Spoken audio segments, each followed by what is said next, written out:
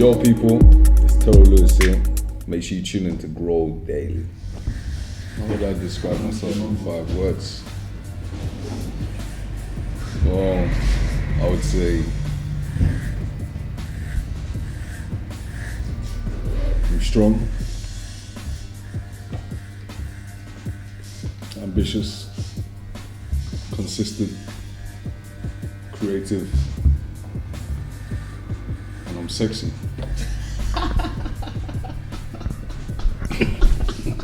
How calm with this guy here? Let's move on.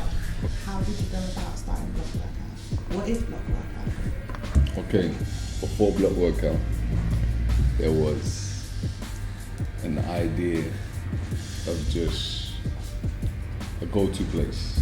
So it was my go-to place. It was me going to this local kids playground to work out in the Mike's estate because I never had money to go to those commercial gyms that were charging £50-60 a month, you know. It was that place where I'd go, put music, play music from my BlackBerry, just vibes out for those 2-3 hours and just have my time. It wasn't even really about the masses, it was just about me enjoying my time alone and just, it was like meditating. People go yoga, you know, people go, they go walking, they go jogging. That was my time of peace where I said, yeah, this is my time to just enjoy and learn something new every single day. So I done that every single day. I remember I done a YouTube video in 2010. And when I done that YouTube video, I put it on YouTube and got a couple thousand views. I was thinking, wow, people is actually interested in me working out in this playground. Must be something different. And I checked online on what came up in the side columns. It was like related videos. I saw these Americans doing their thing. So Americans were doing all their pull-ups and dips and all that stuff on the streets. So it was like a kind of ghetto workout kind of thing. I'm thinking, wow, there's people around the world that actually has that go-to place as well.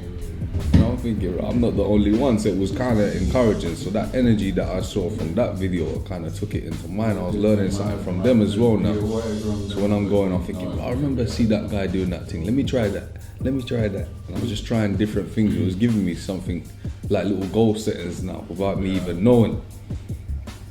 I done another YouTube video. People started commenting, we want to come and train, we want to do what you're doing. I'm thinking, yeah, this is sick. Like I could have more people come with me down to my go-to place now. So people started coming down, and there was like I remember there was like 3-4 of us. Now we're just doing like press-ups, pull-ups. We're just learning off each other kind of thing. And the music we're playing, we just vibes in. And then I remember Kennington Park I found out they have a workout park down there. So I remember going down to that workout park and just putting out like a little timetable kind of thing on Facebook, on my personal Facebook, and saying, if you guys would like to come down, come and train with me. I'm gonna be here on Saturdays at like 12 o'clock, come down. People started turning up, and we just started doing more YouTube videos. And then I came up with the idea of Block Workout. You know, I'm coming from the block, the estates. I thought it's only right I stay with my foundation and my roots, and that's the block. And then, yeah, we called it Block Workout, made a Facebook page, pushed it on social media, and it started growing from there. The government, the council, all the hierarchies, whatever you want to call them, they saw what we were doing and straight away thought it was something negative. They saw a bunch of black boys, or different colours, but mostly black boys in a park who don't know about lycra and them colourful sports clothing, but they're wearing their leather gloves and their tracksuits. You know, some of them's got bandanas on their face because they're cold. We're training, but to them they're thinking, right, this is a fight club. This is a gang link up, and they didn't get it. So straight away, I remember they used to send police down to watch us train every single week. Police car used to sit there and watch us, without a doubt. About a month into them coming to watch us, I remember them coming over. They built up all that confidence. They came over and they wanted to get involved. and they started to try and do some pull-ups and stuff. So I made them do some pull-ups, and then we took a picture of it, and I was like, yeah, this is an opportunity, let's take a picture. So we took a picture of them doing the pull-ups, and we put that all over social media. So people's like, what's going on? They're not really bad people, are they? And from there, we was like, all right, cool. We know what we need to do now. It's all about making noise. Because these people are ready. We walk into a room or we've been seen straight away. They look down on us because of the colour of our skin before we even open our mouth, you feel me? And especially because of where we're coming from. You're gonna see this light-skinned boy with tattoos on his neck and a gold tooth. You think it's straight away, gang member.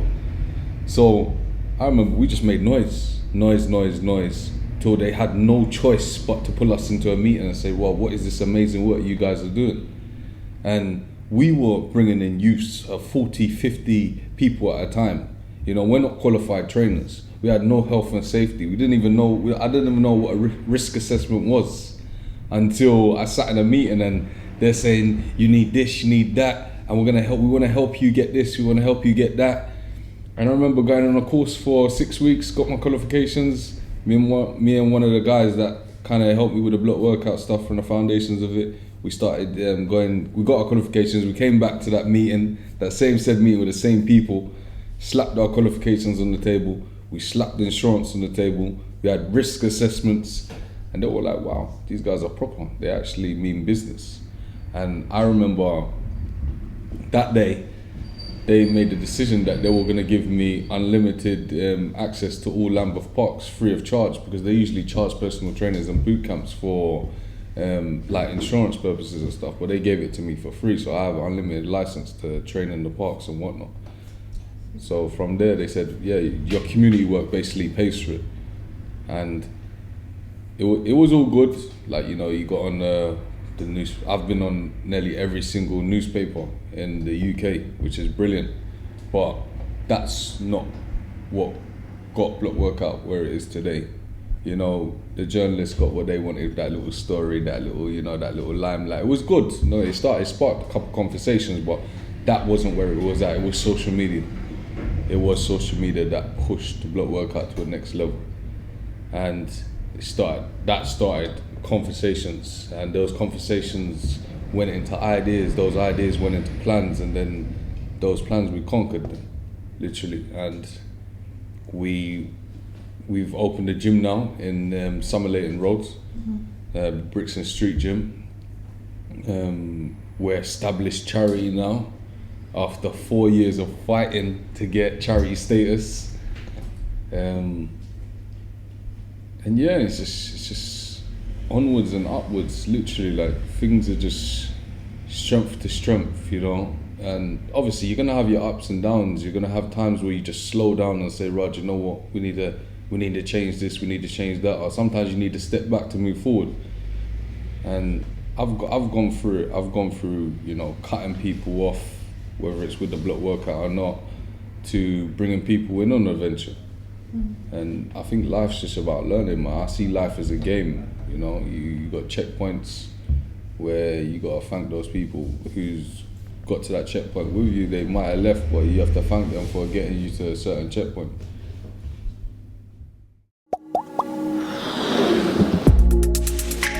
But what I would say my life purpose is, I would say change.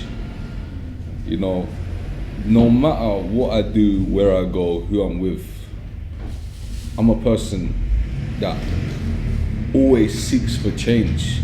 You know, I could be across the world in a different country. We're there to have parties, you know, drink cocktails on the beach, relax. And we're going past like townships, we're going past villages, and I just want to get out and go and walk through those villages and go and do something. Like, I might not be able to transform the whole thing, but just do something. Like, that's where my heart is, no matter what I do. That's the only thing I can break it down to, is change. I'm a man of change, and I think if you was to break it down to one thing in terms of purpose, I would say my purpose would be, or stand for, change. Coming from where I'm coming from, you know, I'm coming from the deep depths of, you know, gang activity, Brixton, South London, you know, Mitchfield Estate. I'm coming from that. And I think what even involved me in that type of stuff was lack of role models. And I'm thinking, nah, it must be the norm growing up. You know, I went to school, I got bullied. That definitely played a big part in my next steps of moving forward, was my childhood. And coming from where I'm coming from, like I said, is the transformation is real. And the transformation can happen because, you know, the one thing people can't take away from you is your testimony.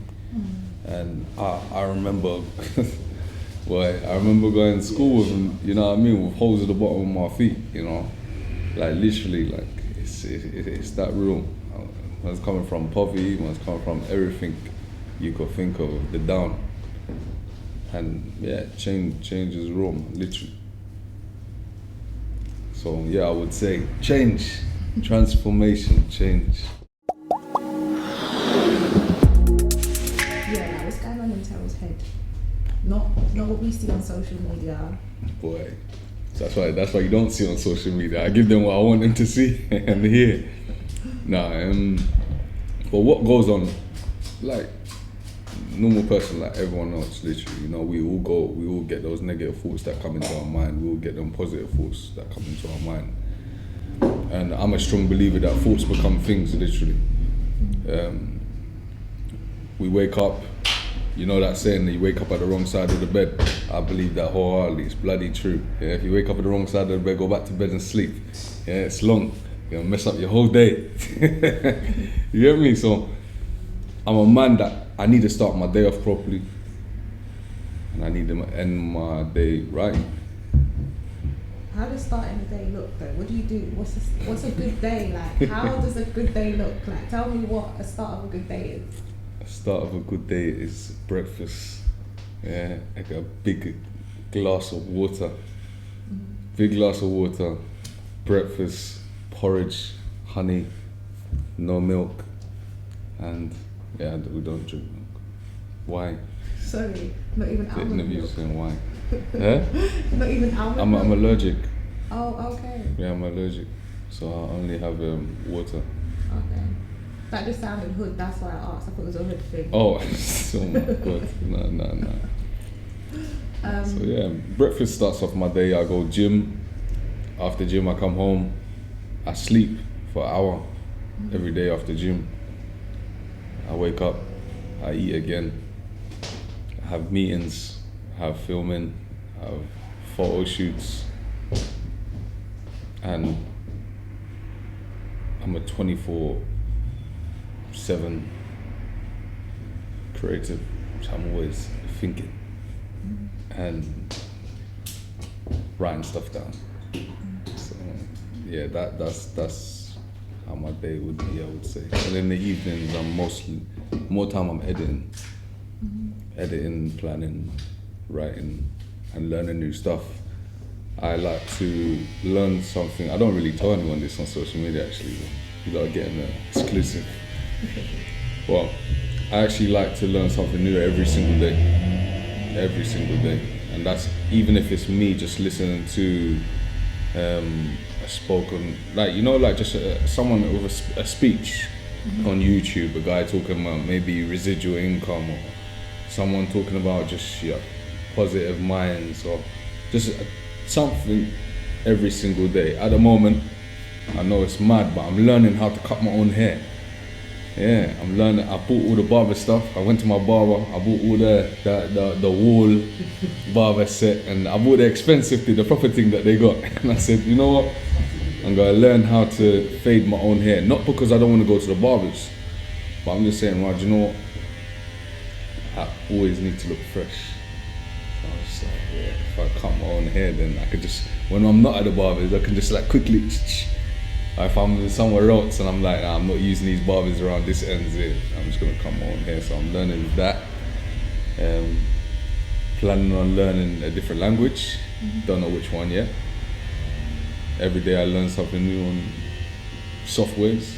So if I was speaking to the youths out here, if you're speaking as to 16-year-olds, all the little 15, 16-year-olds now that are on the road, on stuff, doing real stuff, fully active, what would you tell them?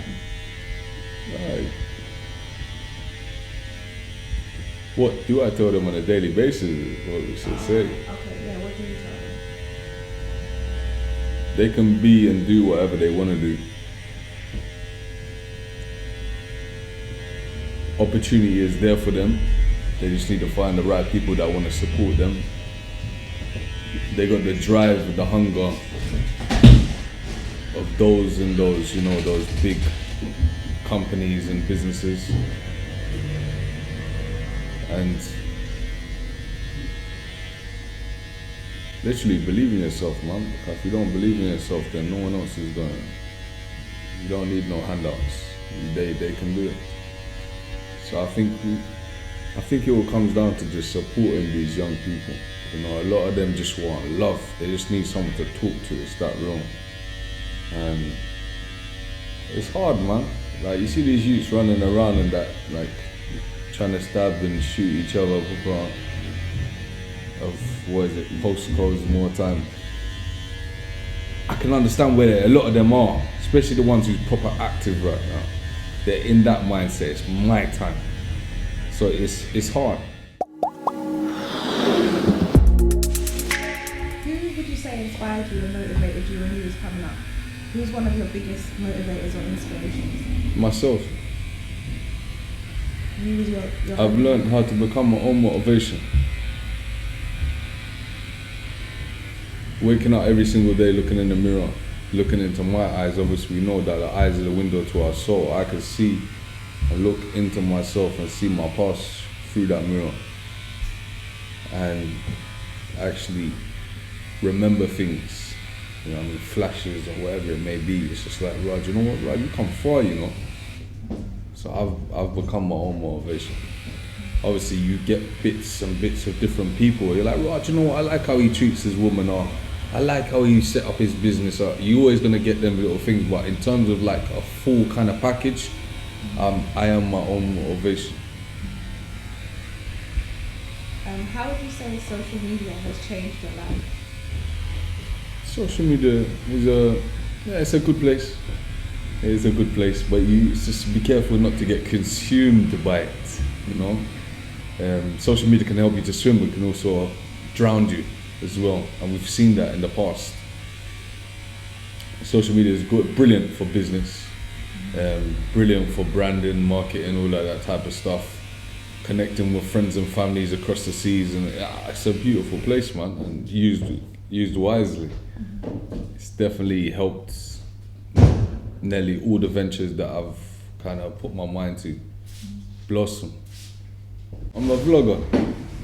I don't like calling myself a YouTuber. I'm a vlogger. I like vlogging. Yeah, I like vlogging stuff. I like documenting experiences and adventures. You know, me and my girl Nakita. Me and my girl Nakita, we have a YouTube channel called Terroll Nakita. We just have fun. We enjoy. It's like, you know, someone just videoing their wedding or their son's first birthday, and they document it and they get to watch it back. Yeah. That's what we like to do. We like to document adventures, document experiences, document travels and whatnot. So in the near future, we can watch them back and be like, oh yeah, I remember that. So we do our YouTube vlogging or vlogging in general because we enjoy it and just like storing memories. So that's one thing that I'm doing. I'm doing a lot of other stuff, but I know there's a lot of, you know, people waiting for you to put your ideas out on social media so they can counter that with negativity. So I'd rather not. I'd rather them see the end result and be pissed off in their house on their computer. My friend gave me Rich Dad for that, and I haven't started it, but I started the audio of it. Wicked. I found the audio online and I downloaded it, and I was like, right, it's the same as the book. And different things work for different people, you know, and I just find the audios works best for me. Literally, I can, like, when I'm hearing something, I can, like, instead of just, I don't know, reading it on a book and thinking about it, I just, they're talking, I'm in there with them. It's like a movie now. Like I said, I'm a career. try and put things together, and it's just like I'm in a movie now. I can hear what they're saying, I can see a battle, I can see that, you know what I mean? So I like audiobooks. I grow daily because I train my mind and body every single day. And I believe that life is about being a sponge. It's about soaking up information, cutting off insecurities every single day, channeling your energy into the right things, thinking positive, keeping the right people around you, falling in love with new positive ventures every single day, or new positive, things. That's what helps me grow daily. Is all of those things.